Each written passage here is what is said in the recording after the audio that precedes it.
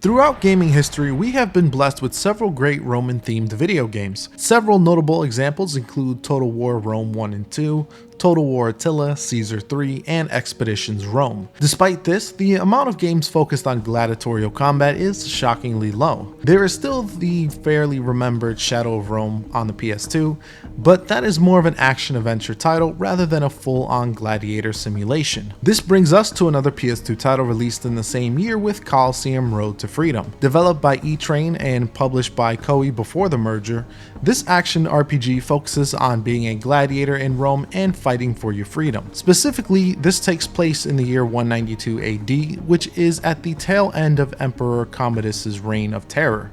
Is this forgotten PS2 title worth seeking out, or is it better left fed to the lions? So when you start up the game, you can select new game and begin your adventure properly. From here, a man that you will know eventually asks you several questions. He will ask you where you're from, your former profession, your path, your religion, and your name. When you beat the game once, more options are unlocked for you to choose from. For our character, we will pick a male from Britannia named Calmus, who is ultimately a non-believer that was a farmer in a prior life. The game then begins with us as a slave under the slave trader named Largus. The goal here is to fight continuously until a nobleman is willing to buy us and train us to be gladiators. This serves as a tutorial section of sorts, although not really, as the game doesn't explain too much. I'll explain more of the combat mechanics later in this review. Eventually, the man you saw in the beginning of the game appears and decides to purchase you. His name is Magirius and your purchase price is $1 million, or whatever the hell they use for currency during this time. I'm pretty sure it was denarii, but this game ultimately doesn't specify.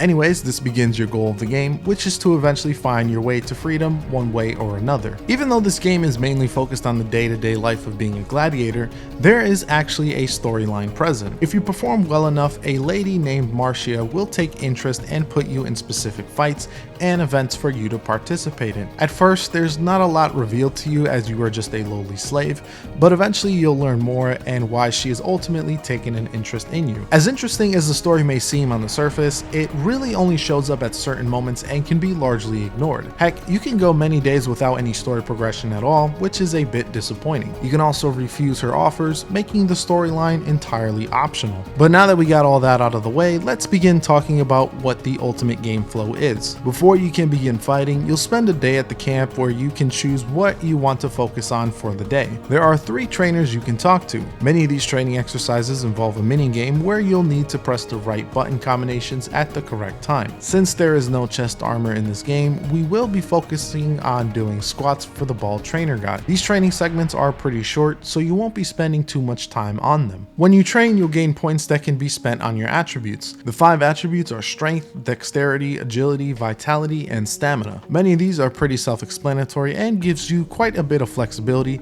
on how to build your character. Since Calmus is ultimately a dual weapon fighter, I want to spend points on strength, vitality, and stamina. And now we are finally off to battle at the Attilius Arena. This is a small amphitheater that certain events take place on. Fights at the Coliseum also happen, but that isn't usually within a few days of the playthrough. Both arenas offer the same fights, although the Coliseum has certain exclusive battles that I will get into later. From here, you can equip yourself before battle and pick the event you want to participate in. As a low-rank slave, you only have a handful of events that you can participate in at first, but will get more once you reach mid-rank and high rank. And finally, we can talk about the gladiatorial combat, which is what you'll be doing for a majority of this game. Regardless of what kind of event you are participating in, the combat works as follows. You have your face button for each representing a certain kind of attack. Triangle is for high attack, circle is for right attack, X is for low attack, and square is for left attack. Ultimately, you want to attack your opponent where there is an opening. If you see that your opponent does not have a helmet or a shield, high attacks may be your best bet. Oftentimes, it may be best to keep an onslaught of attacks with a combination of side swipes. It may seem simple enough at first, but it takes time to get used to the combat. Most of this has to do with the plethora of various moves and combos you can perform. Holding R1 locks your character to the nearest enemy and you will have a higher chance to block attacks. Timing R1 with an opponent's strike will make your character dodge that attack. This is what I ultimately stuck with, as dodging attacks regains stamina. You can also perform a parry with R1 plus a face button, which opens up your opponent to a devastating counter attack. You can even do your best Dark Souls impersonation by rolling out the way with R2 plus a of direction. There's quite a bit of defensive moves here to perform, which allows you to play the way you ultimately want to. And to add on this are the abilities to use in combat. When defeating opponents in combat, they may drop a skill tablet for you to use. Equipping these tablets pre-fight will allow your character to perform various special moves. This can be done by pressing L2 and the face button that move is assigned to. Each move takes a certain amount of stamina and is locked to a certain weapon style, so you'll need to be mindful if you plan to perform it. Some of these moves are pretty worthless while others are incredibly strong. There's quite a bit of moves to find here, so you'll have a fun time trying them all. As fun as the combat is, there are some issues that begin to show up after some time. Even though this game features quite a bit of customization and how you want to build your character, I found that large shield style is the OP style. Pair that with a spear and you'll be literally untouchable due to your range and how much your shield covers. Outside of unarmed, dual weapon is pretty weak due to the lack of defense compared if you have a shield. You'll also need a crap ton of stamina capacity to fully take advantage of dual wielding. I've completed several playthroughs by this point, with this one being my toughest due to using two weapons. My recommendation to you is to start off with sword and board to eventually get the timing right, then use your second playthrough on more experimental styles. The AI is also incredibly basic and becomes pretty predictable in most of the fights. Even in duels where the opponent gets a huge increase in stats, the opponents never do anything that interesting. It's either spam one swing constantly, parry and dodge every once in a while, or spam their abilities. Considering how there are quite a lot of unique gladiators to come across, this feels like a missed opportunity. Also, don't be surprised if your allies in battle start hitting you, as friendly fire is always on. The opponents you face are obviously your enemy, but a second one will be the camera. Since there is no dedicated lock-on button, you'll constantly be rotating the camera to stay in front of your opponent. Unfortunately, this is a product of its time, as I feel like third-person action games never got the camera right until the 7th generation. Thankfully, you do get used to the jank, although it can still get annoying, especially when you're surrounded by multiple enemies. Now, we've talked about the combat, but what about the events themselves? You have several to participate in, including battle royales, team battles, survival battles, animal fights, duels, and mock battles. A majority of your battles will most likely be the first three, as animal fights are usually only one on the card, as well as for duels and mock battles. Battle royales is basically a free-for-all that concludes after the death of all other opponents, or after a certain amount of time has passed. Team battles can involve the killing or defending of a general, along with just killing all the other opponents. Survival is you versus everyone else in a time limit, or until everyone else is defeated. Duels are basically one-on-one fights as expected, but the difficulty is turned up to 11 here. Even though you'll most likely breeze through the other match types, the AI has an incredibly high attribute points and will constantly spam attacks. Even if you block a majority of them, they are usually strong enough to knock pieces of your armor off along with your weapons. I really recommend that you build your character properly and bring your best equipment, or you'll get defeated. Mock battles are especially unique since they can only be played in the Coliseum with a high enough rank. These are reenactments of famous battles throughout history and are easily the highlight to me in my opinion. Instead of just hacking and slashing, you're put into various situations where you'll need to complete an objective. Many involve unique stage designs as well as equipment that isn't often featured in the standard battles. These are what I often come back to playing with the most, as they are challenging but still highly enjoyable. Heck, one even involves taking out a freaking chariot, which is just as hard as it seems.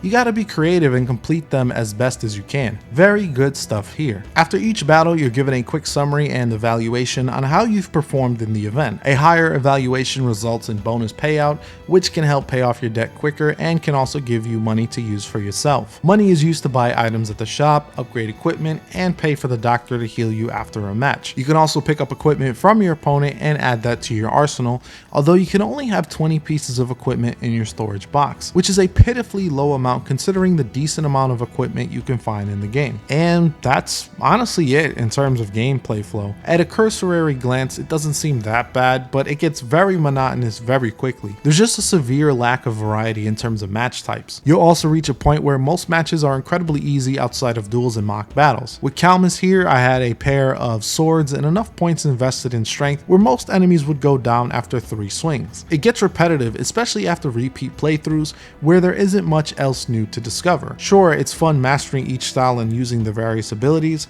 but outside of that, there's not a lot in terms of replay value. Outside of the main game is the arena mode where you can play by yourself against the AI or with a friend. You can play co-op with a buddy in survival mode or play against each other. My favorite feature here is the fact that you can play as the unique characters you'll come across in game. My favorite character here is Nemesis, since she's the only female gladiator in the game and comes equipped with a small shield and spear. She also has several really powerful abilities at her disposal. This mode is also an easy way to replay the mock battles with a more kitted out character. Before I wrap it up, just a couple of additional comments I would like to make.